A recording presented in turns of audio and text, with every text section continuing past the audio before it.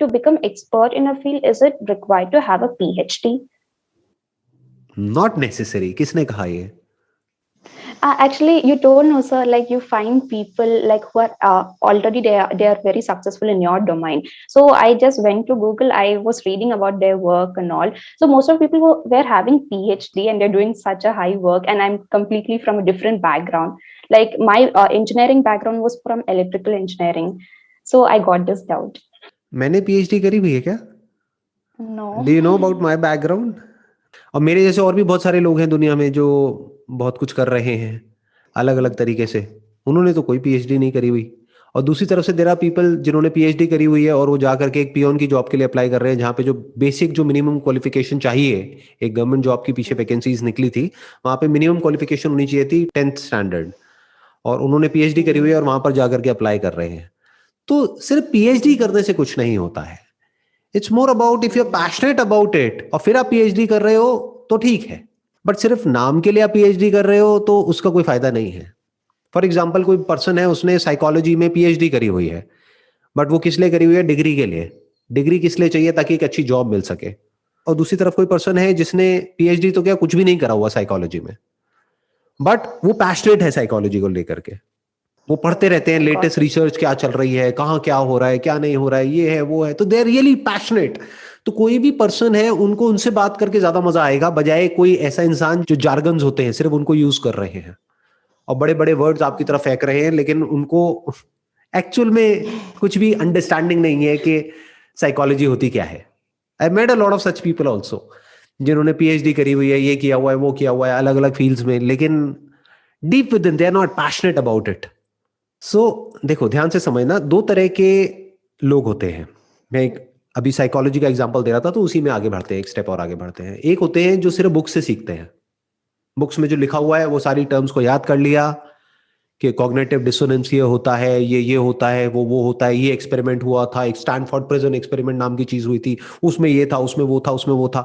But वहां पर problem क्या है कि ये सारे जितने भी एक्सपेरिमेंट्स होते हैं, या जितनी भी रिसर्चेस होती हैं, या जितनी भी थ्योरीज होती हैं, ये सब आपस में एक दूसरे को कॉन्ट्राडिक्ट करती है। तो अब प्रॉब्लम क्या होती है ऐसे लोगों के साथ में जो सिर्फ थ्योरी के अंदर ही घुसे रहते हैं? वो जैसे ही कॉन्ट्राडिक्शन आता है तो वो अनकंफर्टेबल फील करने लग जाते हैं।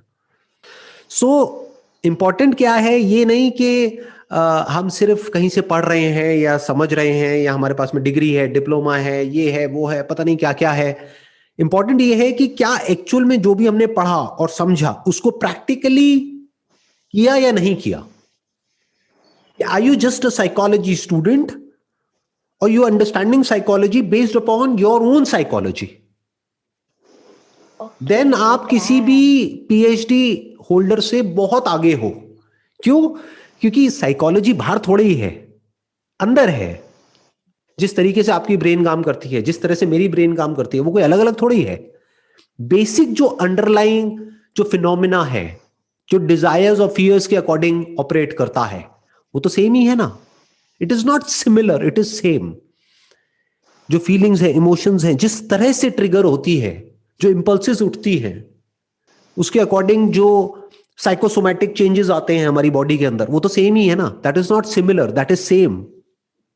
तो अगर उसको हमने अपने अंदर ऑब्जर्व कर लिया है, बेसिकली एक तरह से बॉडी हमारे लिए क्या हो गई, एक लेबोरेटरी के जैसी हो गई, और इसके ऊपर हम एक्सपेरिमेंट्स रन कर रहे हैं और उन एक्सपेरिमेंट से एक्चुअल में सीख रहे हैं, तो वो उससे फार सुपीरियर है जो कि 1000 बुक्स में से पढ़ करके कुछ भी इधर उधर से इकट्ठा कर लिया है और बोल रहे हैं कि देखो मैंने ये किया है, मैंने वो किया है।